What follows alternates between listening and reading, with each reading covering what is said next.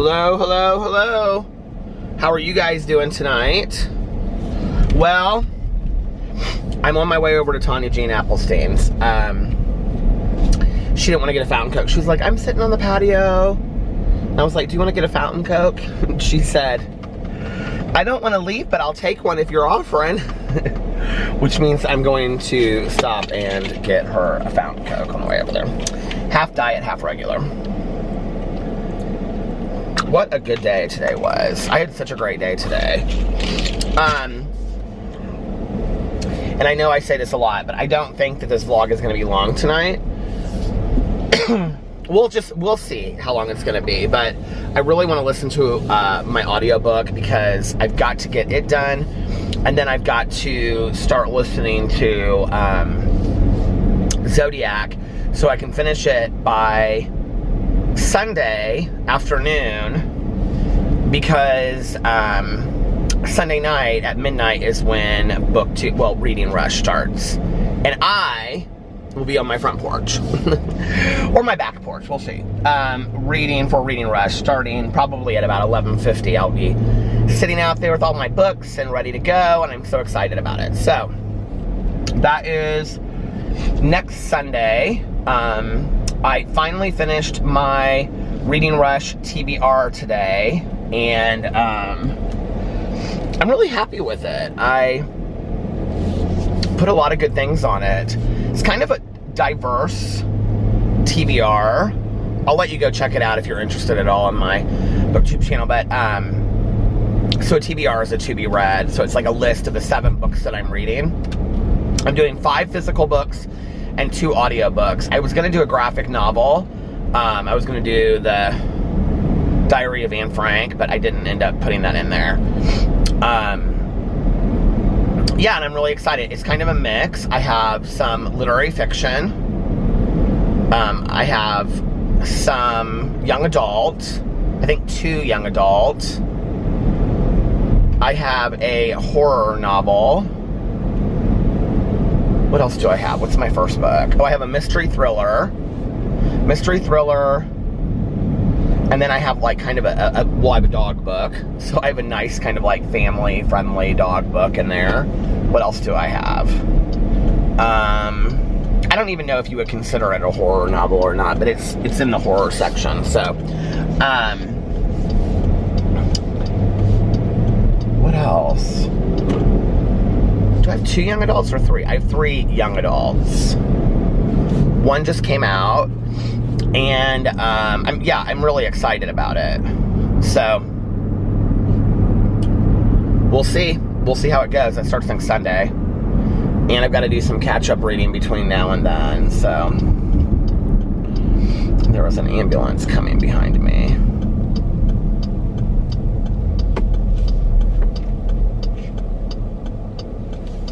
They're going like really slow. It's interesting.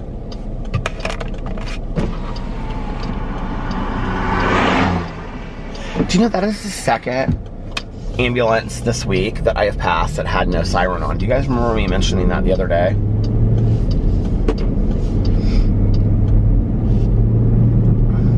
It's kind of crazy, don't you think? The mosquitoes are so bad tonight, or the insects or whatever, that I put that anklet thing on again. Because I was taking the dogs outside. I slept for a little bit. So anyway, Alex went out to dinner with a friend of his tonight, and asked me to join him, but it's like they were sitting outside. It was really hot today in Indiana, and I had just finished doing videos, and I was feeding the dogs and stuff when he texted me. He's like, hey, I think I'm gonna go right over here, do you care? And I was like, no, I don't care, go ahead. And he's like, well, do you want to join us? And it means I would have had to have driven like 20 minutes north, and I was so relaxed today all day. I just kind of like did a little bit of this and then went and sat outside. I got a lot of cleaning done in the house today. I actually cleaned out this cabinet that I'd been wanting to keep some of my candle waxes in. I was like very impressed with myself that I got. It was like a lot of my mom's stuff, and I went through it, and I literally just threw. I like threw all this stuff away, and just like went right through it, and went right through it and threw it all away. I think it's gonna be faster if I go this way, actually. And I have like little goals for myself set all week long of things that I want to get done. I finally today officially started the magic book. I know, on day July 15th, 15 days too late. But I sat down this morning when I got up, and I did my prayers outside or whatever, and all that stuff. But then I wrote so every day in the magic book, you make a list, a gratitude list. And so you like write down like, I am truly grateful for, and then because, and then you make a list of 10, and then when you're done with it, you read it back. Now, I will tell you, if you're doing it, one of the things that I remember from before was that there was something about, because it says in the book that you can read it out loud or just to yourself. There was something about reading it out loud to me that really kind of made a profound difference. Like, I don't know what it was, but I really liked reading it out loud. So, yeah. So I read it out loud to myself, and kind of skimmed tomorrow's exercise a little bit. And I had done that before anyway. I mean, I've done the book before, so I know what the exercises are when it comes up. But it was like, you need to read for tomorrow. It's about the magic rock, which I already know about all that. But anyway, so yeah, I did that. Kind of like stuck to all of my goals today. I was very proud of myself. And had just really had a relaxing, nice day, and made videos, and cleaned up around the house, and drank coffee, and yeah, I actually still have some coffee left. I have it at home, but I knew I was going to stop and get a fountain pop, so I was like, there's no point in me getting a coffee. And then I started to lay down a little bit. Boo Radley's horrible backwards cough or whatever, sneeze that he has, was like that. It seems to me like when he's outside for a long period of time, then he comes in and like that's when it's bad. So I almost do wonder if it's not allergies. Because Boo Radley, he goes out. Now PBS started doing this too. Tucker doesn't do it. But Boo Radley goes out and he rolls in the grass. Like, he goes out back and he like rolls around in the grass. And so I'll be like, Boo Radley, and he'll like come in and he's got like all of this like dried grass in his hair and stuff, and I have to pick it out. He's so silly. I need to take them to go get groomed is what I need to do. So I need to schedule that actually with Tanya Jean Appelstein. She doesn't do them, but her groomer does, or our groomer does, but it's a new groomer now.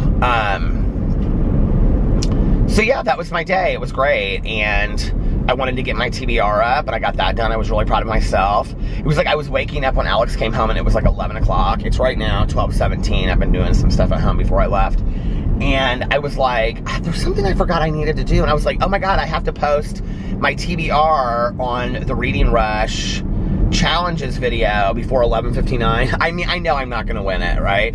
But I was like, I have to post it on there before 11:59. I wanted to get it done today before 11:59 p.m. because that's when the deadline was for this contest that they're doing over there. So I finally, like, I was like, I real quick, like, went and put it over there, and I was like, oh, thank God I got that done. So I don't know what I'm in the mood to drink tonight.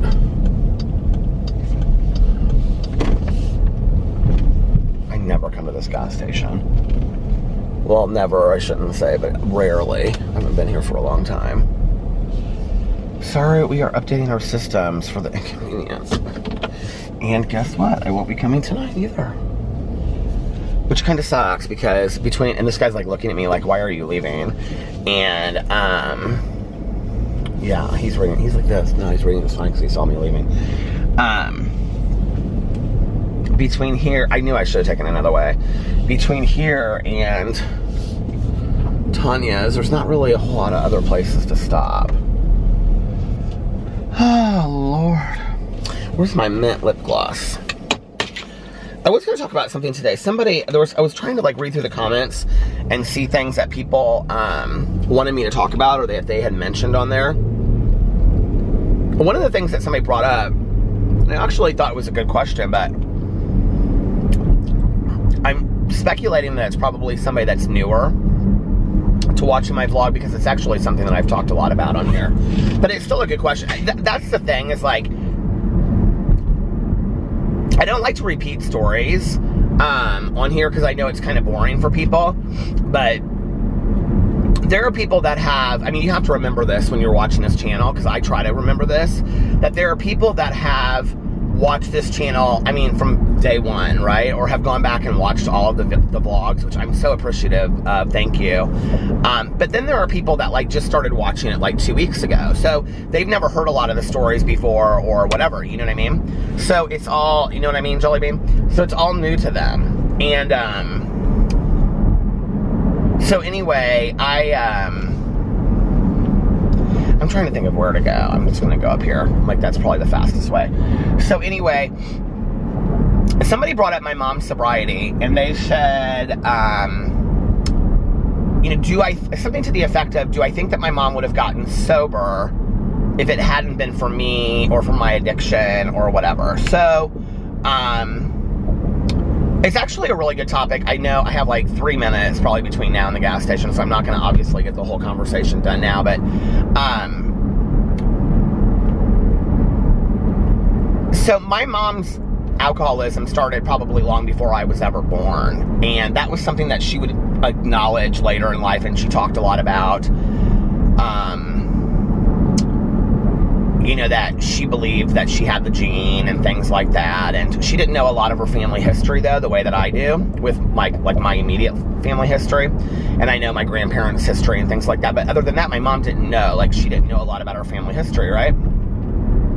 But she just knew, like, looking back on her life, like, traits that she had. I mean, when we talk a lot about addiction, we talk a lot about, you know, when you remove the alcohol and you remove the drugs, who are you? Like, what are the personality traits that you had when you were 5 years old? And for a lot of them, they're very similar, you know? And so that's where we say it's not a drinking or a drugging disease. It's not a drinking disease, it's a thinking disease. It's who we are, you know, how we think and things like that. So anyway, but just to get to the answer first, really quick, and then I can go in and talk about it later. My mom getting sober had nothing to do with me, not whatsoever. And, you know, at the time, I kind of guess I wished it would. But in retrospect, like, I don't think it really matters why she got sober. I think that her getting sober allowed us to have the language of recovery together that we would never have had otherwise.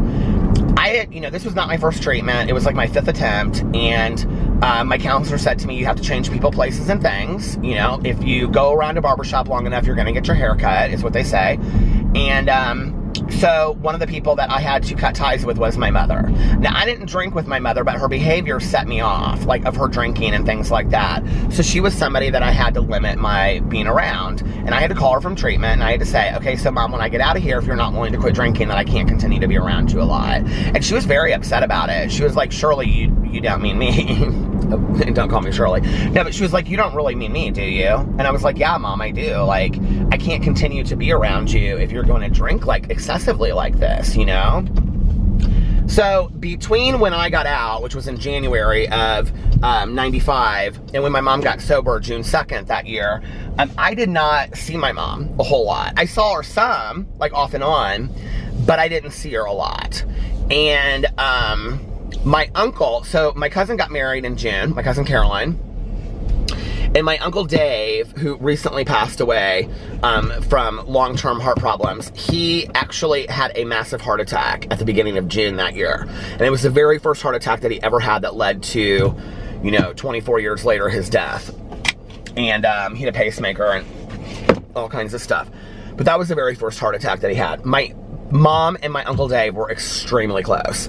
They walked together every day, they had drank together, they had smoked cigarettes together, you know, like, they had lived, like, a lifestyle of unhealthy eating and all this kind of stuff. And my mom had gone to, she'd gone to some meetings before. She had actually gone to Al-Anon, and she was sitting in an Al-Anon meeting for me. She was going, so Al-Anon is a 12-step program for friends and family members of alcoholics or alcoholics. And she was sitting in a meeting, and she was like, they're talking about me. Like, I don't belong here. Like, I belong where the alcoholics are, is how she felt.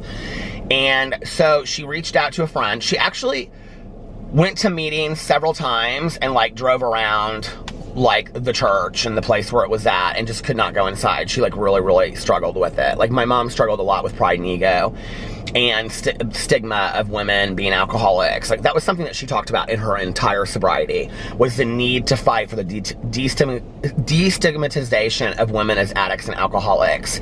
You know, that we want to look at, you know, like, for example, she would say, you know, like in society to this day, Peter, she would say, you know, that like if men are heavy drinkers, right, then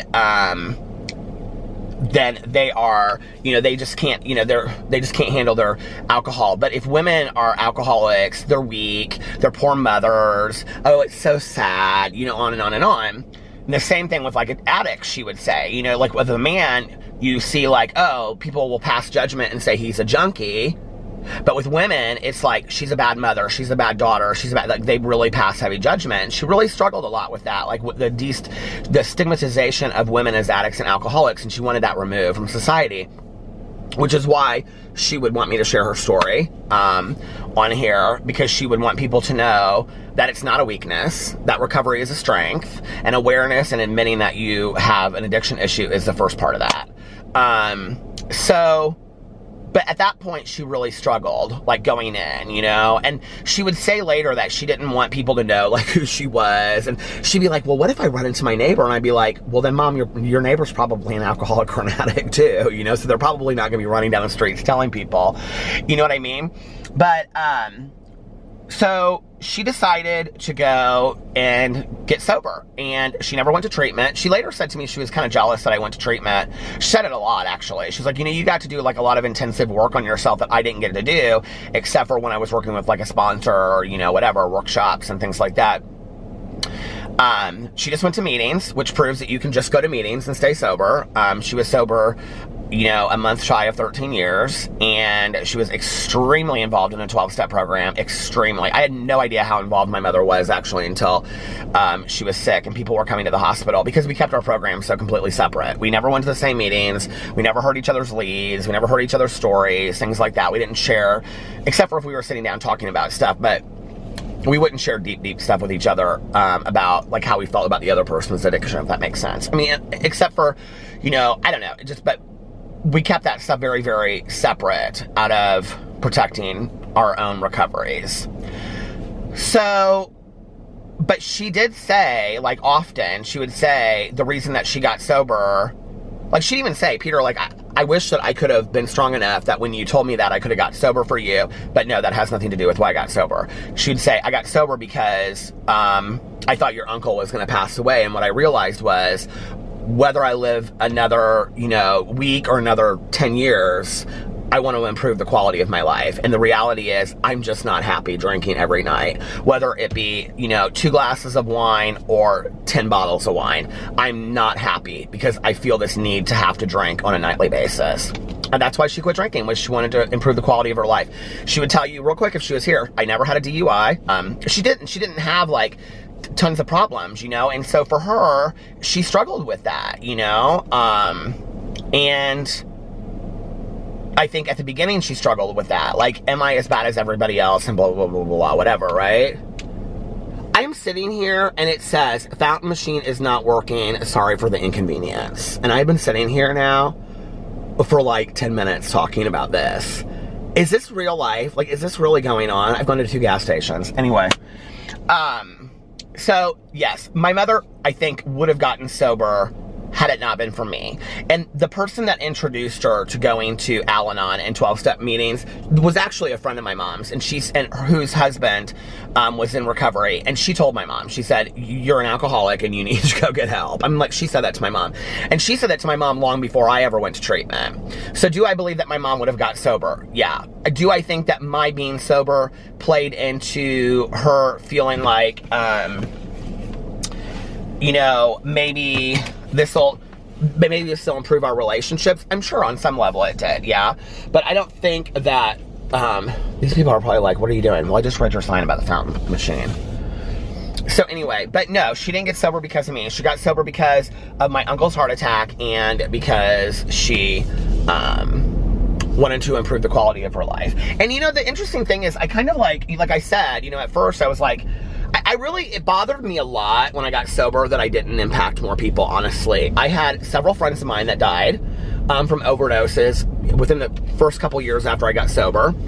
I had a lot of people that just went through it. And I was like, why don't people see, why can't I be an example so that they can like change their lives? Like they don't have to go through, you know, everything. And they didn't, and you can't be that, you know. You just live your life and you try to be the best version of yourself that you can be and hope that maybe it positively affects somebody. So, you know, I kind of felt that way with my mom at first. I was kind of like, well, I wish it kind of had rubbed off on her more. But the thing is, I think that she had to get sober on her own terms. Like, I'm really thankful she didn't get sober because of me, because then I think that there would have been like, I would have felt like a responsibility, if that makes sense, you know? And I didn't feel that towards her. I felt like I was sober for me.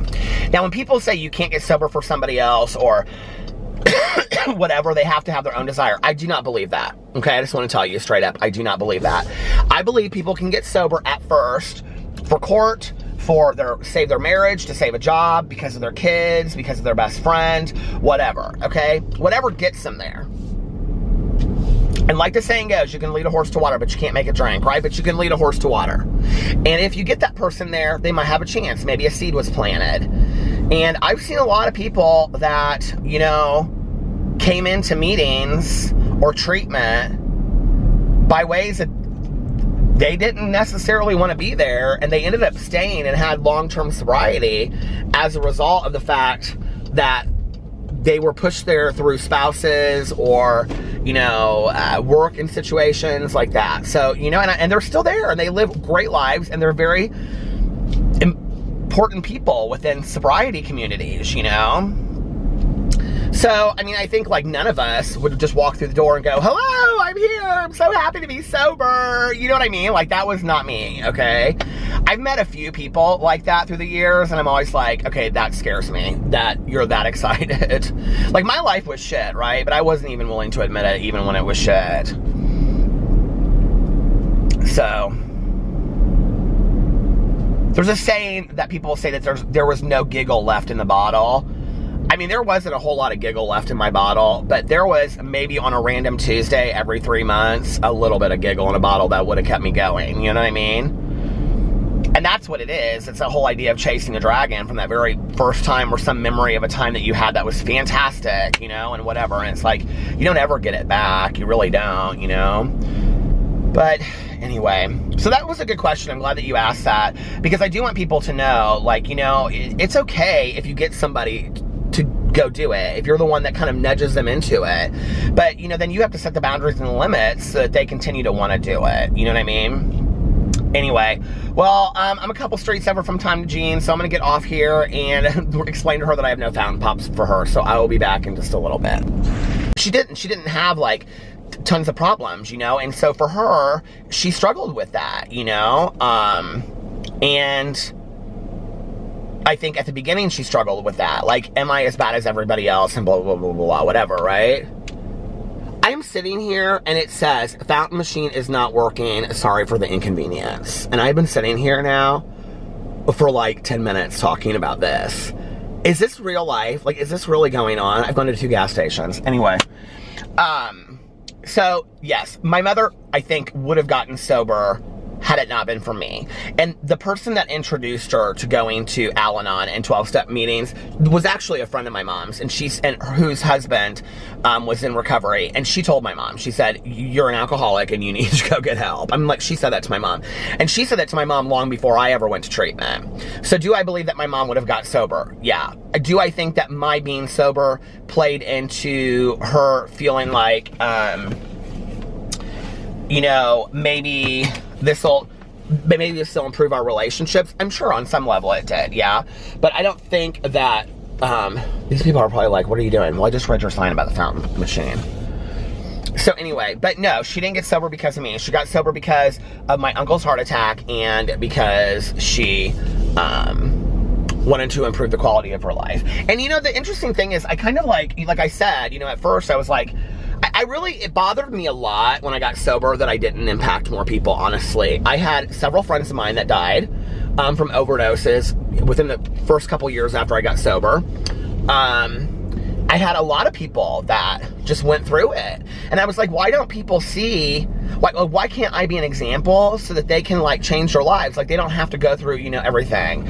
And they didn't, and you can't be that, you know. You just live your life and you try to be the best version of yourself that you can be and hope that maybe it positively affects somebody. So, you know, I kind of felt that way with my mom at first. I was kind of like, well, I wish it kind of had rubbed off on her more. But the thing is, I think that she had to get sober on her own terms. Like, I'm really thankful she didn't get sober because of me, because then I think that there would have been like, I would have felt like a responsibility, if that makes sense, you know? And I didn't feel that towards her. I felt like I was sober for me. Now, when people say you can't get sober for somebody else or whatever, they have to have their own desire, I do not believe that, okay? I just want to tell you straight up, I do not believe that. I believe people can get sober at first for court, for save their marriage, to save a job, because of their kids, because of their best friend, whatever, okay? Whatever gets them there. And like the saying goes, you can lead a horse to water, but you can't make it drink, right? But you can lead a horse to water. And if you get that person there, they might have a chance. Maybe a seed was planted.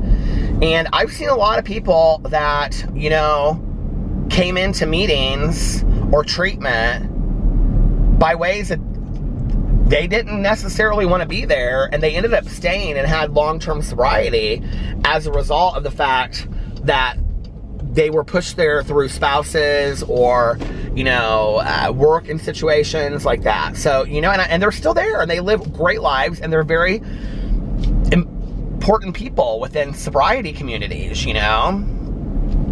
So, I mean, I think like none of us would just walk through the door and go, hello, I'm here, I'm so happy to be sober. You know what I mean? Like, that was not me, okay? I've met a few people like that through the years, and I'm always like, okay, that scares me, that you're that excited. Like, my life was shit, right? But I wasn't even willing to admit it, even when it was shit. So, there's a saying that people say that there was no giggle left in the bottle. I mean, there wasn't a whole lot of giggle left in my bottle, but there was maybe on a random Tuesday every 3 months, a little bit of giggle in a bottle that would have kept me going, you know what I mean? And that's what it is. It's the whole idea of chasing a dragon from that very first time, or some memory of a time that you had that was fantastic, you know, and whatever. And it's like, you don't ever get it back. You really don't, you know? But anyway, so that was a good question. I'm glad that you asked that, because I do want people to know, like, you know, it's okay if you get somebody to go do it, if you're the one that kind of nudges them into it.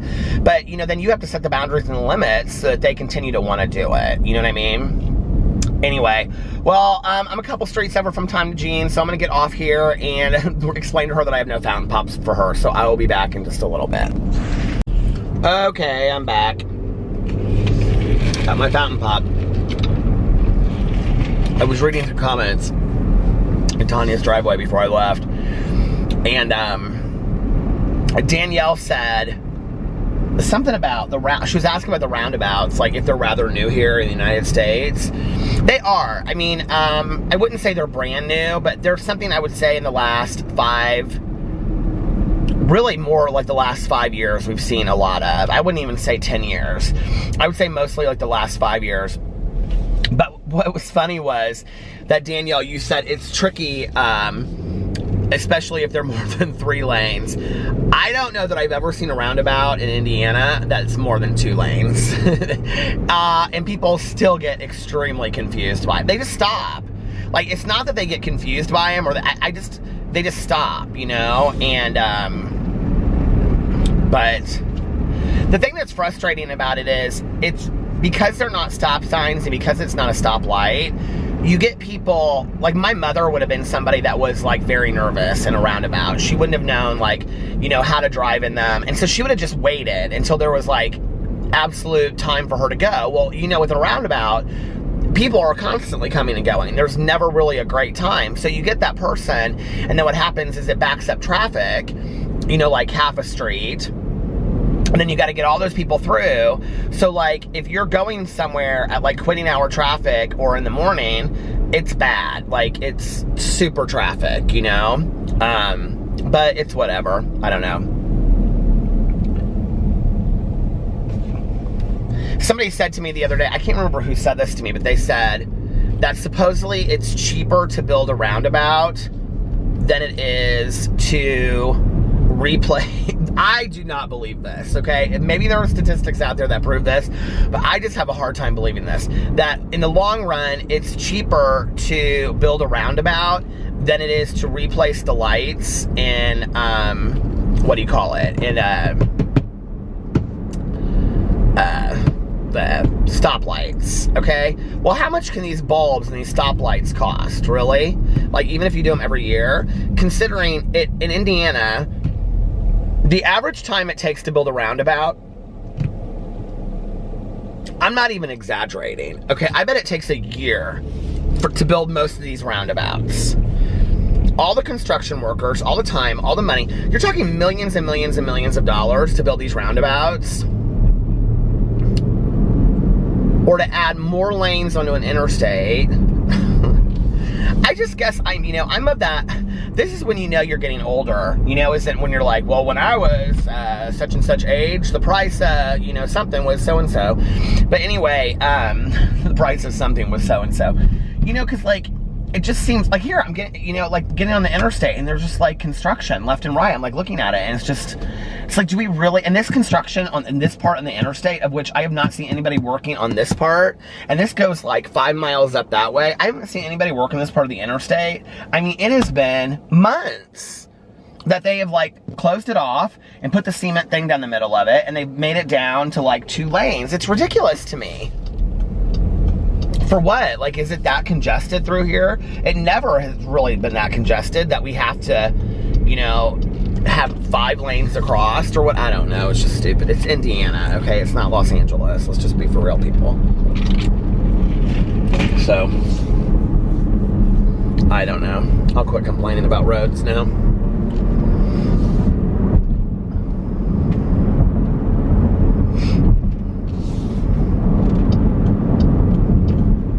Like, this is gonna be 1, 2, 3, 4, 5 lanes.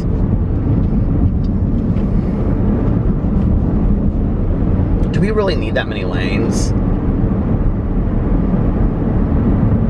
And this is like where I'm at right now is going into like the suburbs. It's never really that packed. Just crazy. I don't know.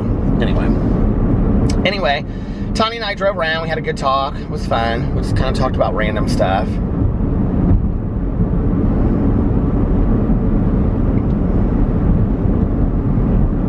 There's construction on the other side.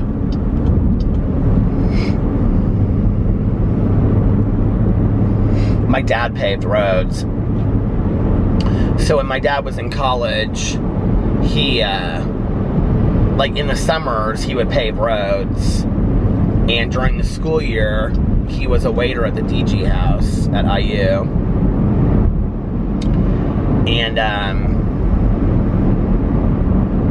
so like when I would complain when I was a kid, he would say, when you walk behind a paved truck in 100-degree weather in August, because he was like one of those guys, that like fix the pavement. Like, he would like walk behind the paving truck. He was like, when you walk behind a paving truck or a paved truck or whatever it's called in 100-degree weather in Indiana August, or August in Indiana, then you can complain. Until then, I don't want to hear about it. I do like having a lot of admiration for that though, like I can't even imagine. And I have a lot of friends of mine that are construction workers, and I have to say that they make really good money, most of them around, I don't know where you're at, but around here they make really good money, most of them. But it's extremely dangerous work, number one. There are like a lot of fatalities.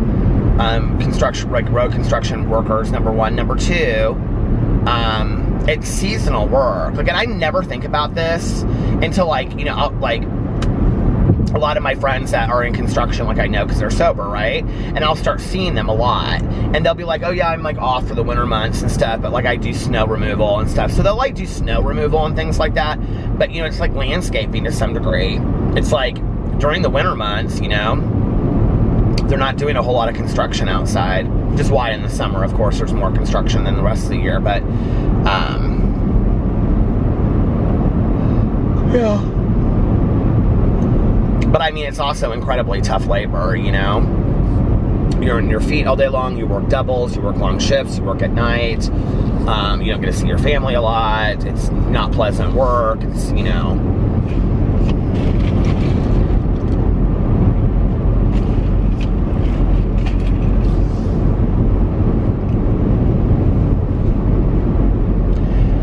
When I worked in treatment, this woman that I was friends with, we would like come up with like jobs that we like had thought about that we thought would be like really fun.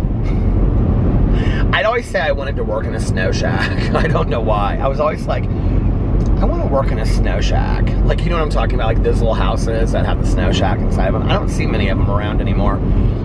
But there's one in Broad Ripple. But there's just not a whole lot around Indianapolis. But I remember she used to always, she wasn't even like a really religious person, but she said she always wanted to be the person that came up with the quotes and the sayings, you know, like on the church signs. Do you know what I'm talking about? And she'd like tell me her favorite ones that she had read and stuff. Oh God, I forgot all about that. It was funny. I went through like this long period of, I got so tired. This was like, I don't know, 5-10 years ago. I got so tired of like, you know when you go places and people ask you like, what do you do? It's like you go to a dinner party. First of all, the whole idea of the sound of the word dinner party just turns me off, but I'm just not, I don't love that stuff, you know? And it's like you're standing there and it's like, if you want to find Peter at a dinner party, go look for the treat tray. I'm always by the cheese and the hummus and the dips and all that stuff. That's where you'll find me.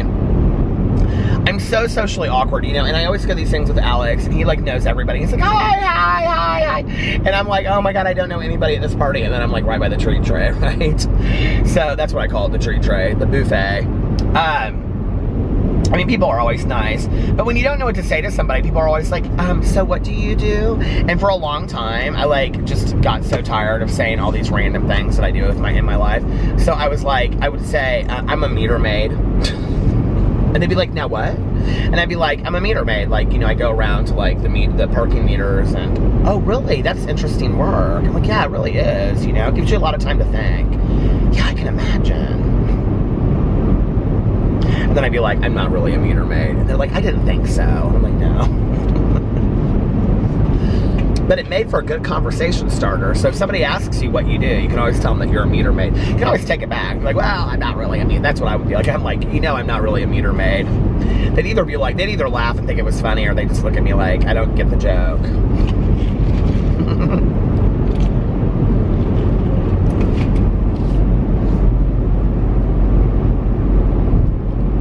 What does this sign say?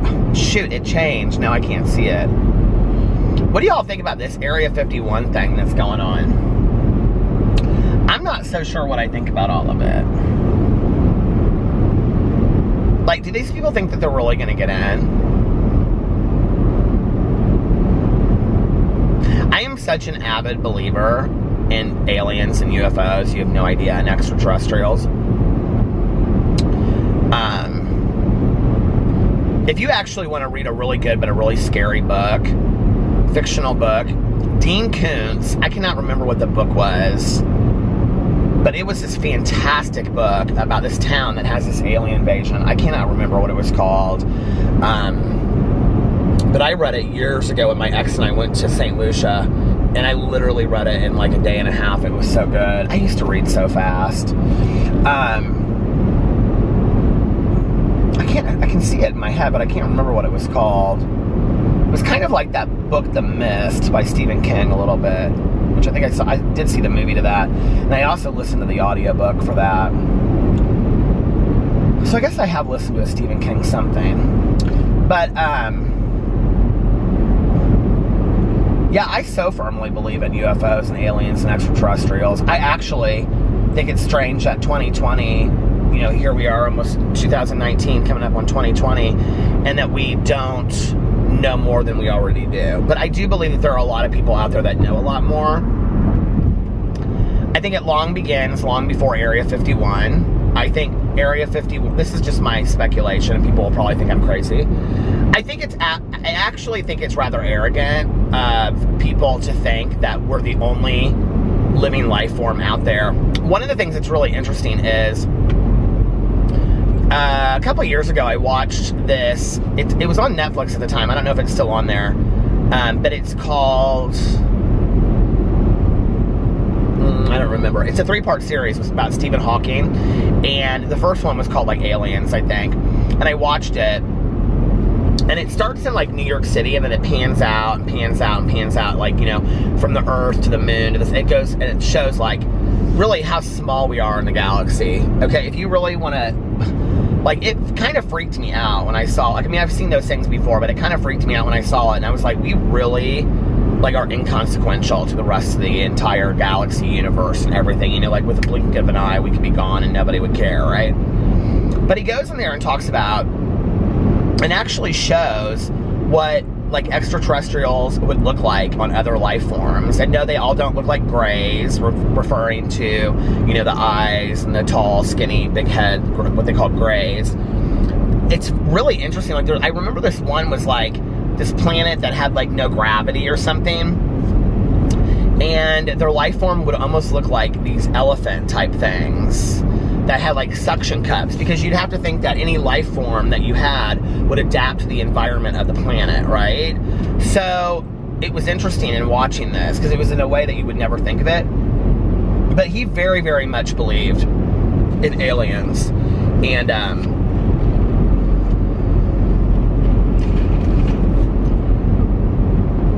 I do believe that we've been contacted. I believe that they've been present and part of our world for an extremely long time. This is not me being paranoid or speculative. It's just like, okay, so when you listen to things like Coast to Coast AM, or you read a lot of books, or you read a lot of articles like I do, and I'm not talking about just like really out there crazy theories. I'm talking about just like anything, right? You see a lot of consistent patterns to the stories that are out there. And the consistent patterns seem to suggest that if there's somebody that has visited our planet or our Earth, they've been here for a long time. I don't know that I necessarily even think that UFO sightings are UFO sightings. I almost think they are like the military using technology that they've gained from other life forms and tested it for ourselves, like, you know, for military planes and things like that. I wouldn't even be so surprised to find out that we, like, the major forces of the of Earth haven't been working with extraterrestrials, and that people in high government know that. Like, that wouldn't surprise me one bit. You know, the thing that you have to realize is, and when you hear and you read and you hear people that are educated, that have, like, you know, scientists and things that talk about this, it's not really even so much about is there or isn't there, or could there not be.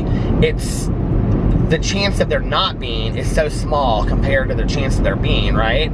So then if there is, we are very, very small in the universe.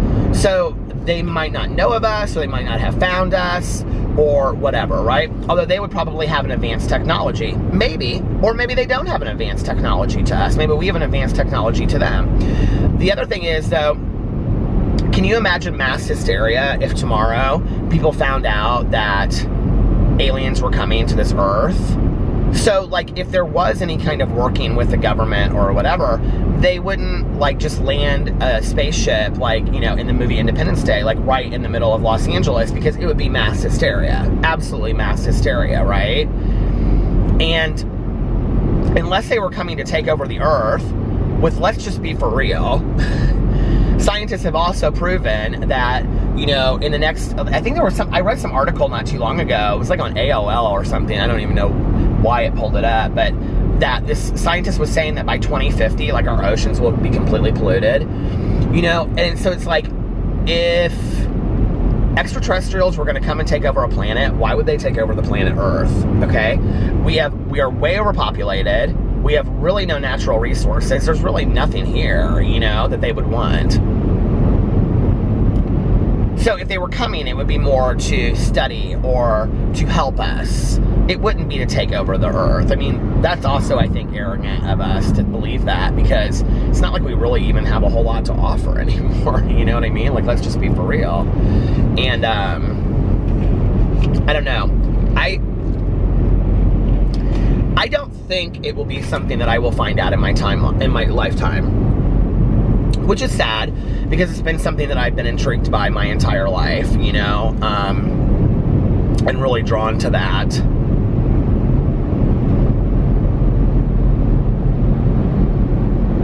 I don't know.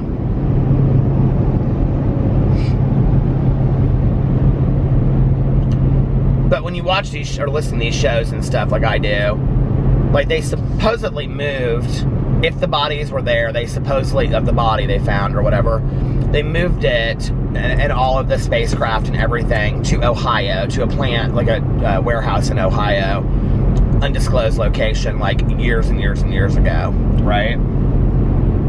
But that land around Area 51 has been closed off forever, supposedly. And I don't think there's probably anything there. I mean, why, when the entire world thinks that the aliens' deepest secrets is at Area 51, why would they keep it at Area 51? They would probably put it somewhere that nobody would think, don't you? I mean, that's just common knowledge or common sense, right? That if they didn't want anybody finding out about it, they would just put it somewhere where nobody could find it. You know what I mean? Like, why? Highly classified, probably. Why would they put it, you know, where everybody thinks to go look, in Area 51? But I have heard that area, that town, or whatever it's called, Roswell, New Mexico, that show was short-lived, that came back, wasn't it? I haven't heard a whole lot about that. But I did watch the first time that it was around. I love that show. But I heard that's actually kind of a fun town to go to, that they have little museums, and that it's real funny, and like they have little souvenir shops and stuff like that. I've never been. I'd like to go. That's somewhere I'd like to go. I mean, maybe not for a week-long vacation or a weekend, but maybe for, I don't know, an hour or something. But anyway, I don't know. Do you guys believe in aliens? Do you think that they're out there? Did you ever see the movie Close Encounters of a Third Kind? You know, part of that takes place in Indiana. That movie seems so realistic to me. I want to watch that again. I haven't watched that in forever. That would be actually a fun movie to watch outside on our patio.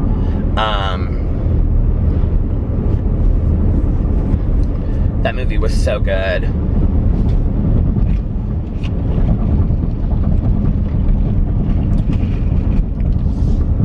Do you remember those Oh God movies? I don't know why I just remembered those. Was Terry Garr in both of those? I think Terry Garr was in. She was in Tootsie too. But Terry Garr, I think, wasn't she in Tootsie? Was Terry Garr in Tootsie? I don't know. But Terry Garr was in Close Encounters of a Third Kind. She played... Was it Terry Garr? No, it wasn't Terry Garr. I'm thinking of the little boy's mom. I don't remember what her name was. Or was Terry Garr in it, and Terry Garr played, what's his name, that was in Jaws' wife? I think that was Terry Garr.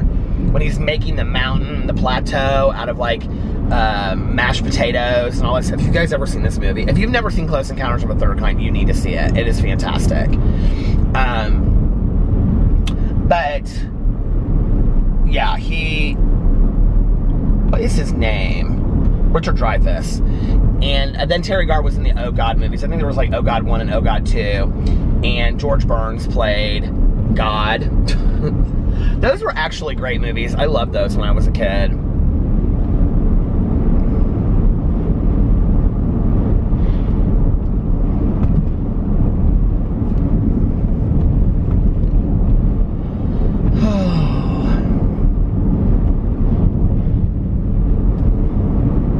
Sometimes I think it makes the world a little bit more exciting to have magic and mystery that we don't necessarily know to be true or not true. I don't know that I want everything proven, you know? I don't know that I want everything disproven. I think sometimes it makes the world a little bit more fun to just kind of wonder. And I think that's part of the reason why, as we grow into adults, we become more cynical and more pessimistic about the world, because a lot of these mysteries and the magic of things that we looked at, like, are gone. Like, who wants to live our lives like that? I'd like to live my life with a little mystery and a little magic. It makes it more fun, doesn't it? You know what I mean? I don't know that I necessarily want to know 100% there's nothing out there. I think I'd rather wonder, and then if I see something in the sky, I go, is that an alien? You know what I mean? I've had a few alien spottings on my vlog, if you haven't watched it for a while. I mean, not actual ones, but where I thought that I was seeing an alien, but I didn't. But trust me, if I did, I'd die. I actually watch a lot of, like on YouTube when I get bored, I watch a lot of like the footage of, there's one that's really interesting, but you can't really tell, like, I mean, unless you were a scientist, you wouldn't really know what it was. But it's like they're sitting in some spacecraft out in space, and they're talking to NASA, and there are things that are floating, but there are things that are shooting by, and that they speculate are aliens. Now that is an interesting one. It's like a 3-minute clip, but you're literally like looking out of like a little porthole into outer space. And unless you know what you're looking at, it really isn't anything. So like for me, I'm just like, what am I looking at? Oh my God, aliens. Like, I don't know. You know what I mean? Like, I have no idea what it is. So it doesn't really mean a whole lot to me. But I like to watch it. Be like, oh my God. Sometimes though, like if you watch the videos, they're so corny. It'll be like alien spotting, and it'll be like, you can tell it's like truly just somebody like dressed up in like an alien costume, and they're like out in the middle of nowhere, like in this field. And then you'll see somebody that has like one of those night camera things, with the red lens on it. And then they're like filming this guy behind a bush, and he's got like some alien costume on or something. It's so corny, you know what I mean? It's at the end, and I didn't even know it. And I'm always like, this is so corny. And I sat here and watched it, and then you look, and the video has like 13 million views. And every comment underneath there is like, this is so stupid. This is so dumb. This is the dumbest thing I've ever seen, right? The other thing that's really interesting is when you watch the time traveler movies or time traveler YouTube things. Have you guys seen these? Okay. They are all so fake and bogus. There's all these YouTubers out there. There's like a whole time traveler community, right? And if you watch these videos, it's all these videos about like time travelers and people that have gone forward in space and back in space, and they share their stories and all this kind of stuff, right? They're kind of interesting, but they're kind of all the same, and they're very, very vague and bland. There's like one though that I watched that it almost kind of makes you wonder if this guy is not completely legit. The other thing, have you ever seen those videos, or there's videos that show like the 10 most mysterious pictures in the world? I feel like I've seen like the same video like 5 times. And they show like really creepy stuff, like the dad that was taking a picture of his daughter on a hill, and when he got it exposed, there was like a spaceman like in an astronaut outfit like standing behind her. Have you seen that one? This is the same video, like if you see what I'm talking about, if you know which one I'm talking about, that they take a picture, it's like from a movie still, from like the 30s, before like they had sound and whatever, and somebody is like walking through the crowd talking on a cell phone. Have you seen this? It's like this big cell phone thing. Creepy. Okay, and then they explained it away. Like they share in the video, they're like, yeah, the director said that such and such, it was this thing, right? And then the one that they always put as #1, that's like the most fascinating, they call him the hipster time traveler, I think.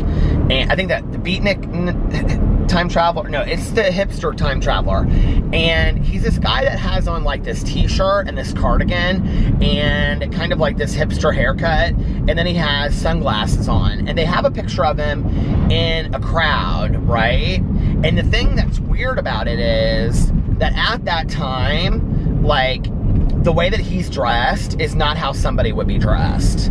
And they go into this whole description of it. Have you guys seen this? I'm sure there's a lot of you out there that have seen it. It's very spooky. It makes you really kind of wonder, like, if time travel is possible or not. And what's so strange is, reading Blake Crouch's books recently, like Recursion and The Pines and whatever, he talks a lot about physics and time travel and things like that in there, and that from a, physics point of view, from a science point of view, time travel is absolutely 100% possible, right? It's figuring out how you would do it. And a lot of what Blake Crouch writes about in his books is like multi-dimensional life, right? Like, as we're living this life, like for every moment, 10 more moments, there are 10 more moments, and so 10 more lives. There's a life where, I kept on going down the interstate, or I turned left, and there I went, you know what I mean? There's like all these different probability lifetimes that we have. And they're all kind of occurring at the same time. The thing that is recursion kind of really messed with me, and like there was a point when I was listening to it, and I actually stopped the audiobook because I was like, okay, I really want to understand this theory that he's kind of talking about. One of the things that Blake Crouch does, he's an amazing author, but the man should actually be teaching, because he is such an incredible, he explains stuff in such incredible layman's terms for me to understand physics things. But one of the things that he talks about in recursion is that,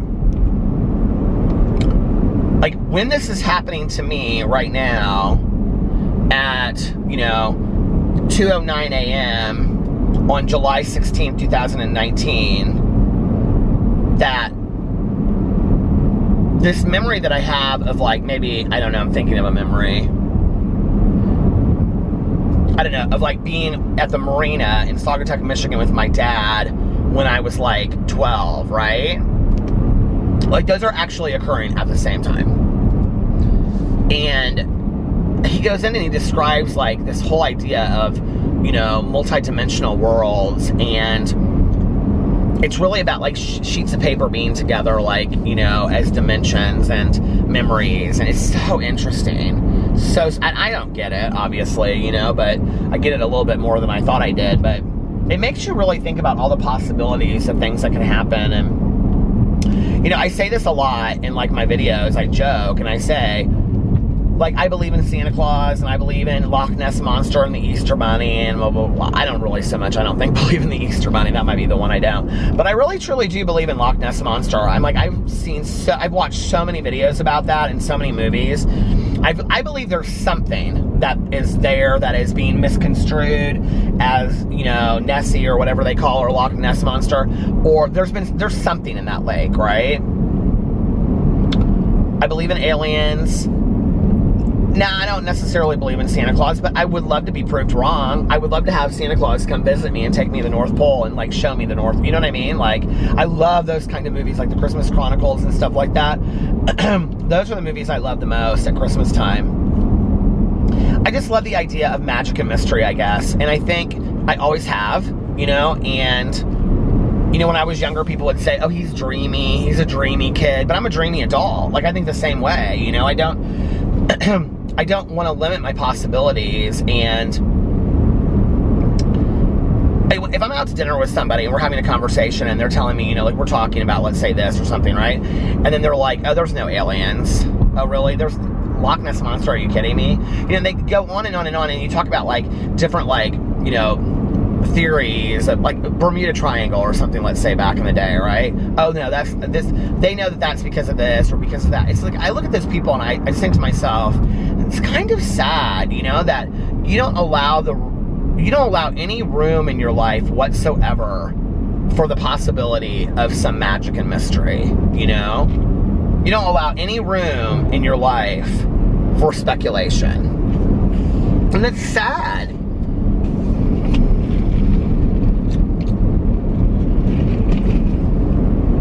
To me, at least, it is. And I think that's why I like to read, and I like to, find out things I don't know, and because it makes for a more interesting world.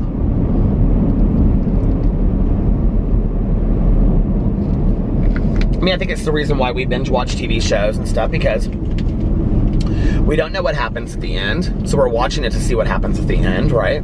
We're finding out, I mean, that's a mystery in its own, or why we read books, or, whatever.